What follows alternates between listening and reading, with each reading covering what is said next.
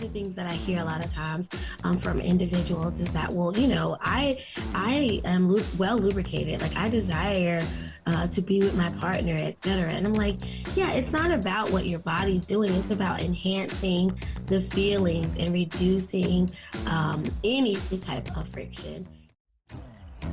Welcome to Honey Do Me, a podcast that goes into the bedroom and beyond, hosted by Emma Norman and Cass Anderson.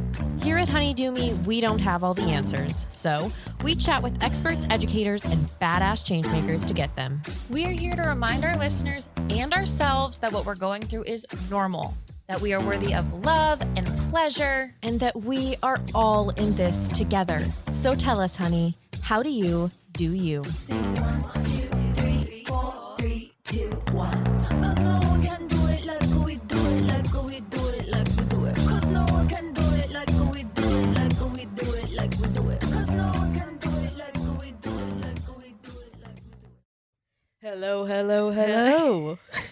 Hello. You can drop a lot of octaves. I can. It's good. It's good. It's good. It's good. You're probably good at star 69. Oh, for some reason I was like, I don't know what that has to do with 69ing, but apparently I need to go listen to that episode again because I'm not doing it right. It's prank calling. I've never heard it called that. I did play 69ing. the stand-up bass growing up, so I think Shut up. You did? I wish I was kidding. Oh my gosh, that's so cool. I was the only girl in school. I was the only person in school, actually, that played the they're so stand-up bass. big. They're large. I was in 7th grade, and I had to carry it to school. God. And it was too large for me. And I have this vivid memory of me struggling to get across like the quad. And the principal made direct eye contact with me and then looked away Oh my God. and just let me struggle. But yeah, I did play the stand-up bass, so I think I dropped my voice to be in sync. That's sick. It's suck. So why don't you play it anymore? Great question. I didn't even know you were musical. I'm not. That's why. That's why I don't play it. But our friend does have a pin of me. That is a my picture of me God. playing the bass. So if you ask I want her, a pin. there's I only one in existence, and I gave it to her for her birthday. Well, we can switch. I have pins of me playing softball. oh, cool. We can switch. We can switch. If you want Honey Do Me merch, that's what it's going to be. It's going to be stand-up bass and softball. Yeah, are clearly very telling of our personalities. Yeah. We really grew into those hobbies. Oh my God, that's really funny. Okay, I'm going to have to find that pin of yours. Yeah. So how are you? I'm doing okay. Today I got my second round of my Gardasil shot. One less? Funny you should say that. That was my catchphrase in middle school.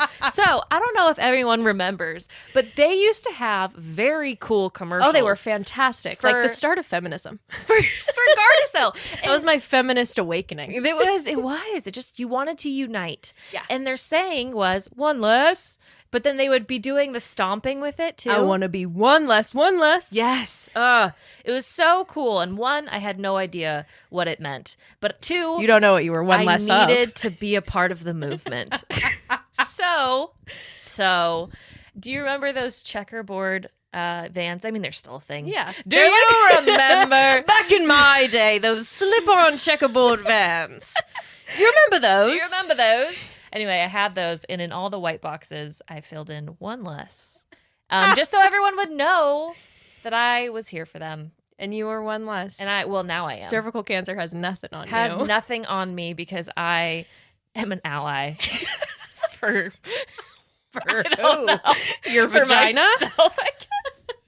For my cervix. For my cervix. I am and her your ally. cervix, and your cervix, and your cervix. Because together we are one less. Yes. Oh my God. So that's a really fun. So it's just full circle. You know, today I'm finally closing that circle on what I started in middle school. I think it's 3 shots. Yeah. Okay. Well, 3 months from now, I will be closing the circle on what I started in middle school. You get it. You get it, right? You fucking get it. Anyway, so I'm doing great. Living high, living life. How about you? Today sucked. You know, I feel like every time we come on here, we're like, we're doing so good. I'm not doing so good. Except in the beginning, we were constantly like, I'm okay, Oh, I but guess that's true. Huh? we had always that's why we been honest. stopped doing check-ins because we were constantly saying how terrible our days were going. I mean, I would say overall, I'm doing really well. Okay. I'm getting a puppy. Yeah, you a are. new lease on life. Lease on life, are you? No, Signed that up. part's not going so well. Jesus. I'm struggling with health concerns, but that's okay. It's gonna be okay Why did because they you're one suck? less. Because I'm one less. I don't know. I just kind of woke up frustrated, not sexually frustrated, but just frustrated in general. So there was really no outlet for that. Yeah. I've heard cosmically there's something going on, so that could be the result of it. But yeah, just frustrated. It's okay to not be okay. Thanks, Dr. Cass. Oh my gosh. Mrs. I'm Cass. so happy that you're here to tell us that. It's okay not to be okay. Okay, you said it wrong.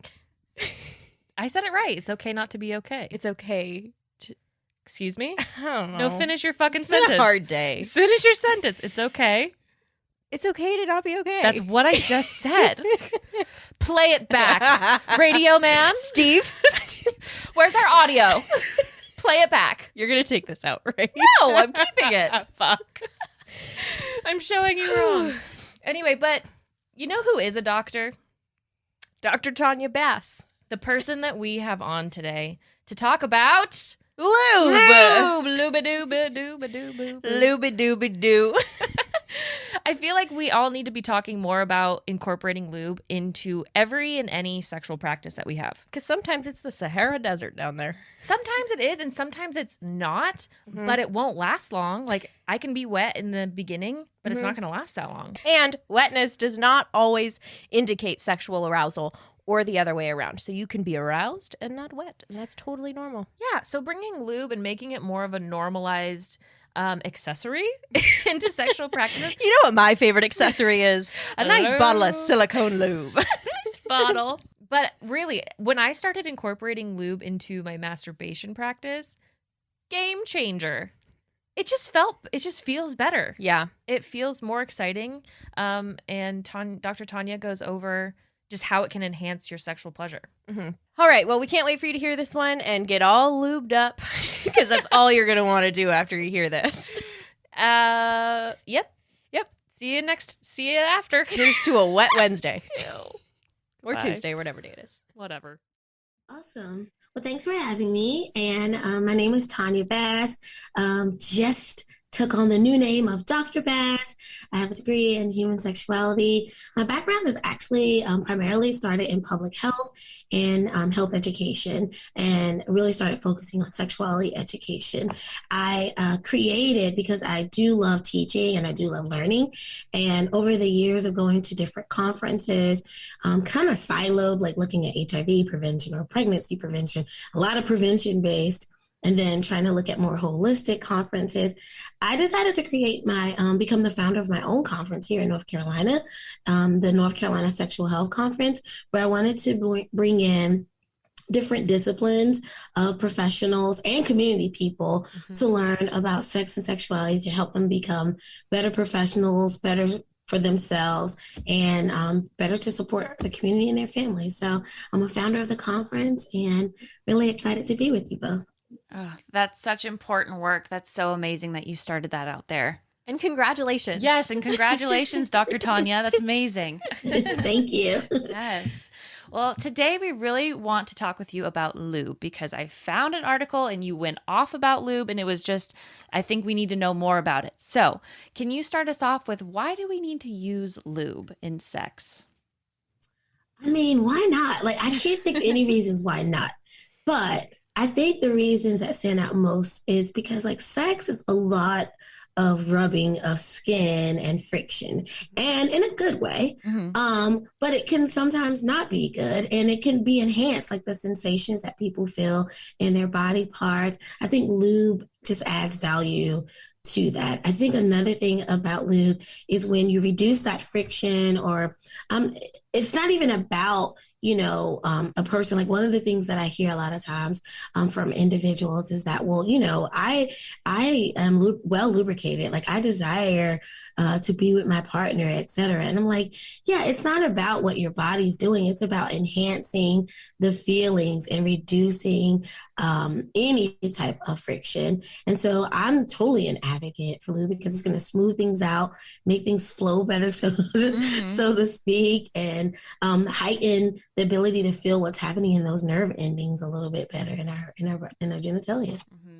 Why do you feel like lube has kind of this awkward connotation and like kind of like a shameful thing? Like I feel like it's still awkward for me to introduce it into my sex practices sometimes with partners. I think that is something we've been socialized, because oftentimes when people use lube, it's kind of in a medical setting. Like if you've ever had, a bimanual exam, or even sometimes a vaginal ultrasound. It just seems like you only use lube when it's in a medical situation. Oh, that's how people were introduced to it. And it was never, at least for me, my experience was like, it was never cute, sexy, or pretty. It was just like, Exactly. Like, that was literally the sound that we made. And it wasn't also a very pleasant, probably, experience or something you desire. So I think we've been socialized to see it as something medical, and that means that something might be wrong. Yeah. Versus you want it to go right. And I think that's the thinking we need to have, is like, we just want this to go right. We want it to be better. Mm-hmm. That makes so much sense. I've never thought of it in that way, but when you said like, and so we think of it as something being wrong, that clicked for me, and it was like, oh my God, I totally have that belief inside of me. Even though I've been using lube, it's like, I still feel a little weird about it, and that's totally it. Yeah, because I have one that's a pump, and I totally feel clinical, like I'm about to just go inspect something when I like get it out. And I'm like, pump, or like hand pump. sanitizer. Yeah. Exactly. And sometimes that feels a little awkward to bring out because, like you said, maybe it means that something's wrong. So with partners, you're like, I'm not bringing this out because I can't get wet. It's because I want to keep enjoying our pleasure. Yes. But that's not a belief that I feel like everyone's super aware of yet with lube. Yeah. And I think I've done some work in the previous years, very much centered around prevention. And we were talking about people using external condoms in particular. And so if we think about the penis, specifically if someone was using a condom on the penis and using an external condom, that people would talk about discomfort. One of the ways that I had to really think about it in my prevention world is like lube also helps with the sometimes the lack of connection people feel or sensitivity they feel when they're using those external condoms. And we wouldn't tell. I know in the beginning I wasn't trained and I didn't think about it because I was so robotic. Is it like robotic and like use lube, use condoms? But I never just went into details until I started saying, actually, you can put lube on the inside or on the shaft of your penis before you roll the condom down, and then after, and you can put it on the outside of this condom. But it took me years to finally realize, like, I should be saying that. Like, I should not just say, use lube and condoms with no context, no instructions, and send people on their merry way. I was shocked when I learned this a few years ago, that like to put lube on the penis directly, like before putting on the condom, or put lube like in the condom, I guess. That kind of shocked me. So can we clarify then, like pre-lubricated condoms, that's not enough lube, right? For some people, it might not be. And I mean, in theory, when we're thinking about some of the pre-lubricated condoms, when we're thinking about lube in general, the first lube we think about is water-based, because that's kind of like the gold standard. We know it works, etc. But it's still water-based, which means it may start drying out or evaporating. So it may not give you as much slip or comfort, or you might need more than what's in that package, because they only could put so much to, once they package these external condoms. So it's nothing wrong with having a little more. I think about it too, like with my hair. I know this sounds like really strange, but I'm what people would say like natural hair. Like, so I don't have any chemical or anything, but I do have product in my hair. And so what I've learned is, like, especially with silicone or any real products, even your like lotions, is something called slip. Like if it has a good slip, like your finger, you know, your hair will go through your fingers. Like even if you use a good conditioner, you know when you have a good conditioner because it makes your hair very smooth and soft and it has that slip. And so you want that same kind of slip in a sense, in my opinion. I'll speak for me. I would love to have that slip and that ease of feeling good when I'm using lube. So yeah, add some more to it. I actually had no idea that you could put lube inside of the condom or on the penis first before. So it wouldn't make the condom like slipperier, more slippery to like roll off in sex? No, it actually makes it roll on better. Okay. And then because there's like, in a sense, a layer of lube between the penis and the condom. So like during intercourse or any whatever activity you're engaging in, there's going to be some moisture in that slip, like that wetness in a sense in between the actual skin. So it may even heighten the feeling. So I can't guarantee it for everybody, but for many people, they say it feels much better. Wow. Well, that's a fun new trick. I mean, I can't try it, but I can pass it along. Yeah. Right. Share the information. Share the information. And so you also mentioned kind of like stuff can dry out. And I know we were specifically talking about condoms, but in terms of lube and like reapplying lube when you're using it, is that something that you find helps, or is it just a one and done, or do you constantly got to keep it up? I think it depends on the kind that you use. And so again, we've been highly socialized to love and adore water-based. And I think there's nothing wrong with that.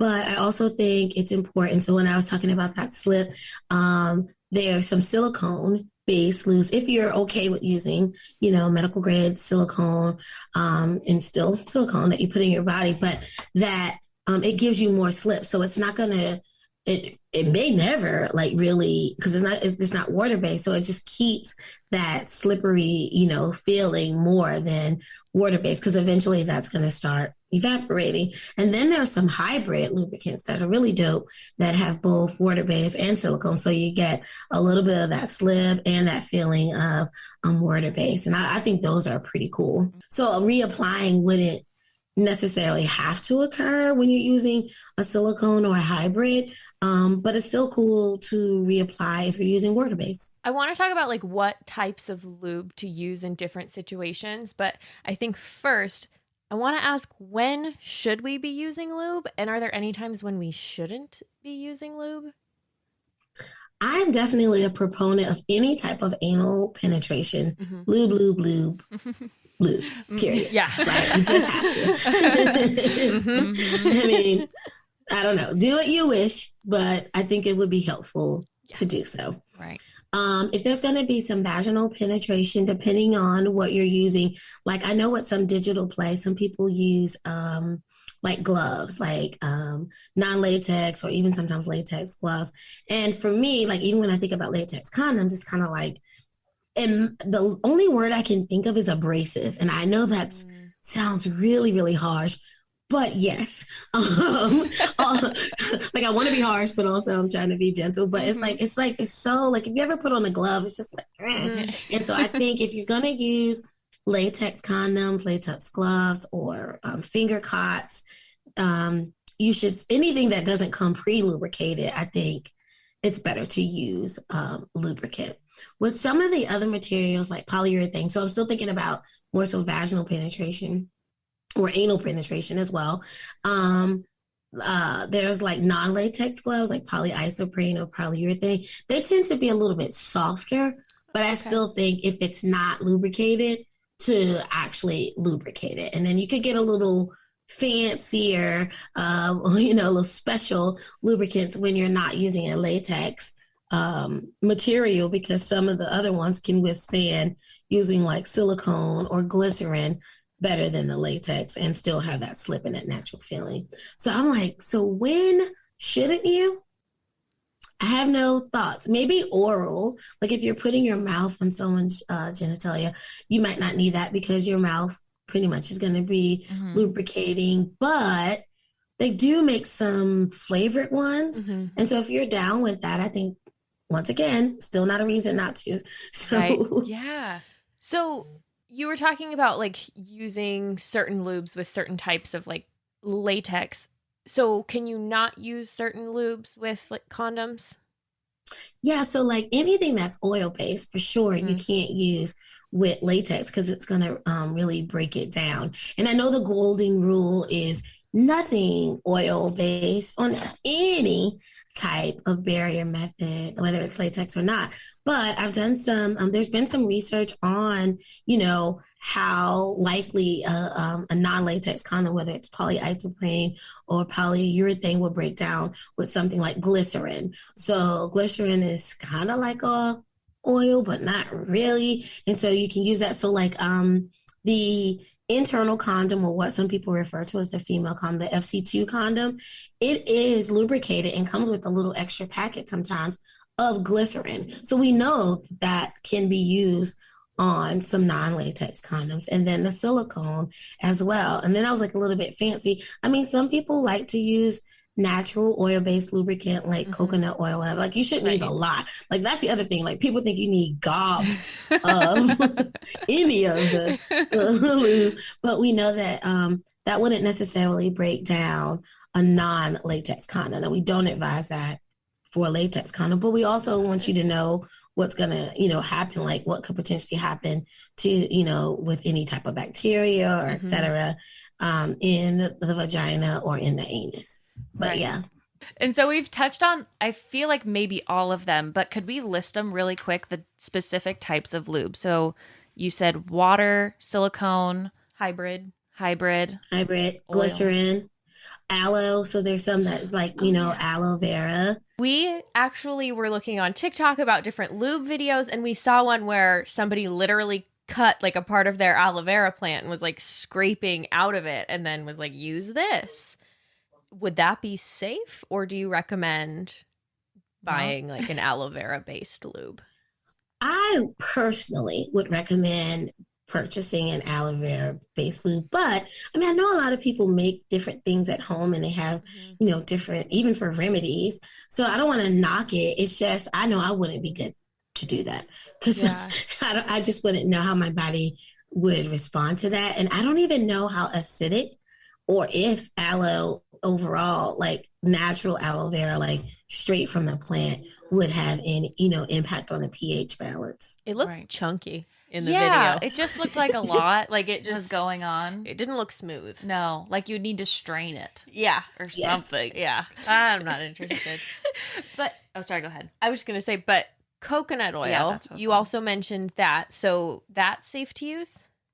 So many times it can be safe depending on where you purchase it. And you got to know your body. Like, so I know several friends who are like, stop trying to use coconut, like when they're like non-consensual use of coconut oil. But like it really depends. And you can't use a whole lot of it. And I think for the most part, it's better like if whomever is using it to rub the oil and like kind of like you would do if you were lotioning up on themselves, and not use it as an actual like lubricant. So use it to kind of moisturize and soften the skin in the area that you're going to use it on, both not just like you would a regular lube. Okay, that and like avocado oil. And not inside. Yeah. Yeah. Because like usually if we're thinking about folks who have vulvas and vaginas, to like use it as a moisturizer around the vulva, but not inside the vagina. Yeah, I'm seeing your face. You're like, I wouldn't, even if you told me go for it, I feel like I still would be scared to put coconut oil up there. And that would not be condom safe, correct? Not latex. Not latex safe at all. Okay. Yeah. Are most of the condoms that I'm buying at the store latex, or is there like a section that I should be looking at for non-latex condoms? Literally, most of them are. I mean, we know it works. We know it's tried and true. They've been around the longest. There had to be some efficacy. So let me back that up. Originally, probably the first condoms were not latex, which were the lambskin. Right. And we learned about them, which is nothing wrong with using them, but you kind of like, if you're trying to prevent pregnancy or disease transmission, then you probably don't want to use those. So it's kind of like, And then the next one was the polyisoprene, which is, I have one right there, but I only have it here, but so far away. But it's available in Lifestyle and other product or companies, but it looks just like the regular condom, but it's in a different packaging, and it'll clearly say non-latex condom. And the only way people know what it's actually made out of is they flip it over on the back, because most people just see non-latex and be like, okay, cool, because that's what I want to use. And I encourage non-latex condoms because I think they tend to feel more natural and have less of that abrasive feel that I was talking about with latex condoms. And I think they take to lube really well. Okay. Not that latex doesn't, but I just feel like it feels more silky, for lack of a better word. Interesting. Okay, well, I'll have to do more research next time I go buy condoms, whatever the fuck that'll be. I have been wondering this for a very long time. I guess it applies to both lube and condoms. Should you be using them for shower sex? Like, can you use a condom for shower sex? And should you be using lube? Yeah. I mean, if you're having sex and you want to be mindful of pregnancy or disease transmission, it would be perfectly fine to use a condom in the shower. Like, most people aren't fully full on bathing in the shower either. Like, they literally have bathed and then will have sex, or having sex and then we'll bathe. Like, it might be some play in between, but I think you're probably focused on one thing at a time. But people do many things. But I don't think, I don't know of any real reason outside of, I was just thinking about bathing, potentially some type of antibacterial soap getting inside one of your body parts. But yeah, most people don't even use, I guess some people use antibacterial soap, but we know that we shouldn't put anything too harsh and strong down in our genital area anyway. So I think it's perfectly fine to do that. So you're not probably using water-based lube in the shower. Right, because it's definitely going to wash off. So anything else? Silicone takes a little work to get off. I did this, I took silicone lube, it's one of my favorite products, to class to give away. And I took the bottle, it comes in a gorgeous, what do you call it? Perfume bottle. Oh, cute. And so I was all happy to show my class and telling them you don't want to drop this on the floor because it'll be slippery for days and da-da-da-da. And guess what? I put it on the table and it rolled. And it broke. Oh, no. And I was like, oh my God. So we thought we really were cleaning it and spraying it. And the next few days, and I was so worried because I teach nighttime class. So I was like, oh God, whoever walks by, and it's right near the door, coming in. And it would be the instructor primarily. Everybody had to walk past it, but the direction that was in, definitely the instructor probably would have stepped in it. And I was like, if somebody slips, I'm in so much trouble. And then I slipped. I didn't fall, but it was still slippery a couple, so I taught every other day. And so this might have probably happened maybe on the Monday. And by that Wednesday, it was still a little bit slippery. So, oh my gosh, you have to throw some silicone sand might be down. the best thing to use. Some salt. Yeah, some salt down, break it up. A cat litter or whatever. I have heard that some people will, so we talked about oral, right? And how sometimes your mouth is wet enough and you wouldn't need to use lube. But is spit a possible substitute for lube? And I don't like this question because I personally hate spit, but I want to ask it. So there's so many schools of thought in that. And I'm trying to figure out, I'm trying to be the best professional I can be, but I have so many thoughts that conflict with, so there's a message, and I want to say it even came one time from the CDC, spit is not lube. And we know that. But spit was the original lube. I think when we think about even self-pleasure, people probably use that. I've seen it. Maybe it's in porn and maybe it was too much, but I had definitely, have seen that, and I've heard people talk about it.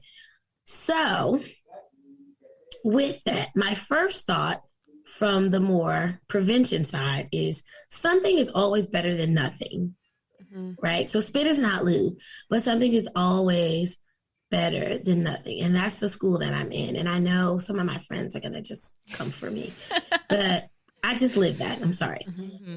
But it is not the best thing to use. So, but if you don't have anything else, what can you do? Mhm. And part of the reason along, with spit, when I think about it, especially if you're being penetrated and you have a vagina vaginally, again, there's that challenge of overgrowth of bacteria. Like the mouth has bacteria, saliva has a pH balance that might not coincide with what's going on with your vaginal flora.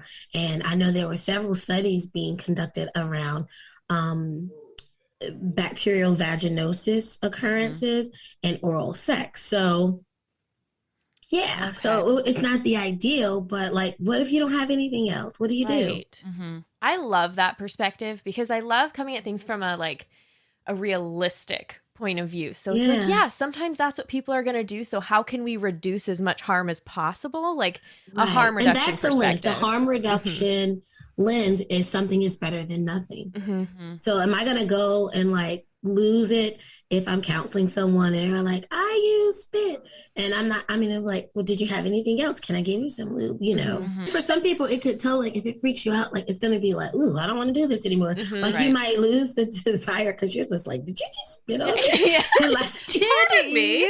You're supposed to ask. Also, I just don't think I could do that sexy at all. I would just cling to the chin. It's something to practice. dribble down.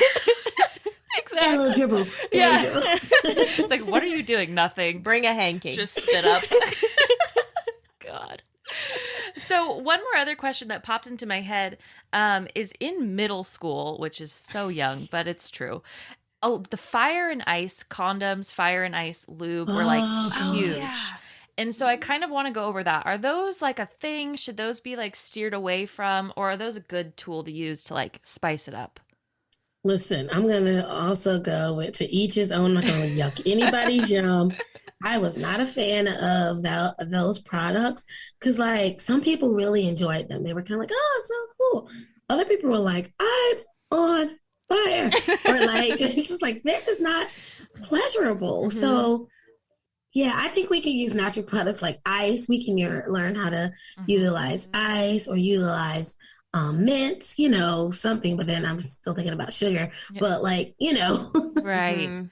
other things to do that. But I think it was a market for it for a while Mm-hmm. until people realized this is actually not what I wanted to experience. Right. Because I was, 'Cause I don't even see commercials. It used to be commercials. yeah, all the But they were time. really trying to sell that stuff. And now I haven't seen it in a while. I definitely haven't seen commercials for it. So I'm sure there are probably some still out there, but people were just like, yeah, no. Yeah. Because I can't picture it being too pleasurable on the inside, which is if it's on the condom, it's going to stay on the inside. And so Yeah. on the outside, maybe like stimulation, temperature play stuff. But inside, I wouldn't know how to get rid of that feeling after I was Yeah. done having it. And so that's what has always scared me about those condoms. I think because the other one was, they had that one. That was one brand, and then they had another brand that was called Warming Lube. And I think I still see that one, but Mhm. it's usually like it's not a bunch of it. It's just like there's two packs there. They're probably from 2009. I don't know. Gotcha. But do you encourage warming up lube? I've heard that trick a couple times. Yeah, I think that because, like, again, I always think about the medical, like, and it's cold and gross. And so, yeah, I think that you could like do that, or like even if you, did it within your hands, Mhm. to just kind of like take the chill off because it is going to be cold. Right.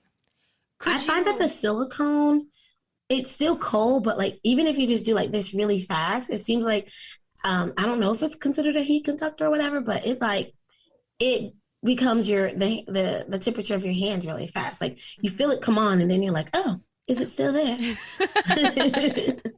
Is there a It's way? nice. That's why I like doing this. Uh-huh. Because it I know. feels so. It does. That's how I warm up my lube when I'm going for it. I I'm know, just do I have any right here? Let me check. okay. Oh, I do have some lube. You want to see some? Woo! Yes, Yeah. I please. mean, not that it's like, but it's fancy. Which one is this one? This one is Babeland. Oh, I got this one free from Afrosexology. I signed up to get like free sex toys. And this one is a purified water with cellulose. So it's a natural Oh, it's got some green tea, a little sunflower seed. Ooh. It's pretty fancy. Okay, I clearly haven't opened it. So it's brand new. I was like, oh, let's see what it does.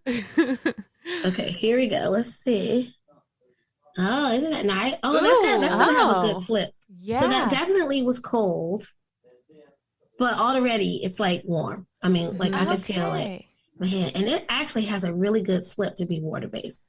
Yeah. And it's not like sticky. Mm-hmm. Like if you keep rubbing and rubbing, it's sticky but smooth. And you can use it for chafing, but different places. There's so many. You can put it in your hair. Like I've actually used it in my hair. Okay. So that's what I was telling you about, like the slip that comes in different products. I noticed that you get this feeling when you use some of the silicone base. And so that's Uber Lube. Talk about a 3-in-1. Yeah. Well, it's really useful. It is really useful.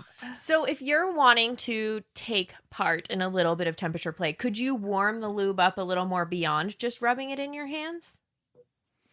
I think you could, but I don't know if it would. I don't think it would change. Like I would probably not, of course, microwave or anything like that, but I probably would like have a bowl of like really hot water and then like, cause this is easy cause it's glass, just let it sit in there and do that. I might try that tonight to see how warm it could actually get. I'll email you. Yes, please do. I love that. Yeah, I don't know what you would do with this one. You probably could do the same thing because the bottle's pretty substantial. Yeah. Yeah, I feel like you could do that over and over in this bottle because depending on how hot your water was. Right. Totally. I have a small little plastic one, and I was always curious because I kind of want to play with temperature with that, but I don't really know how beyond just maybe sticking it in water, I guess, like you're saying. So, yeah. Because I don't want to melt that. So, right. You don't want to. That would be you bad. Can't put that in the microwave. No. Yeah, the only other thing I was going to say is if you wanted, you could also make it cold, right? If that was the type of Put it in temperature the play you were going for. refrigerator. Okay. Oh, that'd be chilly. That'd be fun. Titillating. So we've talked about how silicone can be kind of messy to clean up. And I guess I want to go over like a cleanup process after you've used lube, because I know when I use it masturbating, I get scared that I'm going to get a yeast infection. So like I'm immediately getting in the shower after. So is there a thorough process to use after using lube, or can you kind of just let it sit on your body? Like what should we be doing? I mean, it's not going to hurt you if it sits on your body. Like, even I think about, like, my hands, like, but, like, with that last one, I mean, you can even see kind of a shiny shimmer on my hand from the silicone. And, like, it still feels like it's so soft. Yeah. And so I think, like, you definitely, if you can, like, for hands, use soap and water. If you with the in the genital area, to just really, I think it's about using warm water and also wiping. The wiping is what's really important because you're just trying to remove it. Not like hard wiping, but just making sure you're wiping it off. Or even like if you have wipes of some sort, to use that to kind of cleanse the area. But I don't think anything's gonna happen, especially with this water based. Most people don't want the silicone to kind of like stay on them as long, but that's why the wiping matters. Okay. I have they're called quickies from Lovability, and they're like these little wipes, and they're one so cute, and two, they work really well. So I do recommend those. I love them. Like lube. You can everything clean up, maybe. Yeah, everything clean up. They're really nice. Don't limit it just to lube. Everything. Is there anything we haven't touched on with lube that you think would be important to bring up? The only thing I can think of is just like try what works for you, and whomever you're gonna be playing around with, having fun with, because you kind of want things to be like you might like it, but they might not like the way it feels. So I think you just need to play around with it. And I mix my hair products. I wouldn't say like mix up some lube, like maybe like how, I don't know. I'm not going to do it again because I'll do it again. But I wonder like, how would it be if I mix these two together? Yeah, I want to try silicone lube. I've never tried that. Just be a scientist. Yeah, move it all. Right. Just say, now how does this feel? Okay, I'll be right back. Squirt more in there. Right. What a fun time. Well, where can our listeners connect with you after the episode? Yeah, they can find me on Instagram at my new name, Dr. Tanya M. Bass, on Instagram, and slide in my DMs. And my website is tanyambass.com. Beautiful. Perfect. Thank you so much, Dr. Tanya. This was so much fun. You're a wonderful. Y'all are pretty fun too. Oh, thank you.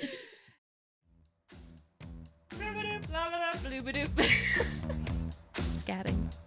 Excuse me while I scat. Excuse me while I scat. That kind of sounds like I'm pooping. It does, while I leave a bit of scat on this here trail.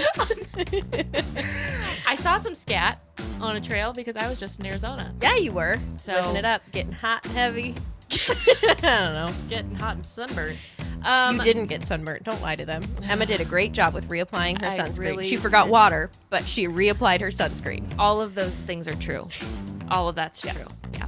And what's also true is that I want to thank Dr. Tanya for being on the episode today and giving us a whole good old wet and wild rundown on Lube. And thank you to our listeners for tuning in. Thank you for putting up with that sentence. And if you have a few minutes, head over to Apple Podcasts, rate, review, and subscribe to Honey Do Me. It means the absolute world to us. If this is the episode that's going to get you to leave a review, I would say leave the water dropless, but we've said that before, so do like a glass of milk. Ew, why? There's like I a don't know. lotion bottle. Yeah, do the lotion bottle. Yeah. I just didn't know. Leave a glass of milk on the counter. Let me know you're milky wet. Ah! Oh, that was so gross. I don't know. Milk. It's only gross if you make it gross. Okay, you're right. You're right. I did that. That's on you. That was me. That was me. Thank you for taking responsibility for once. We are going to take a break for a week and not speak to each other. So have a great rest of your week, listeners. See you next time.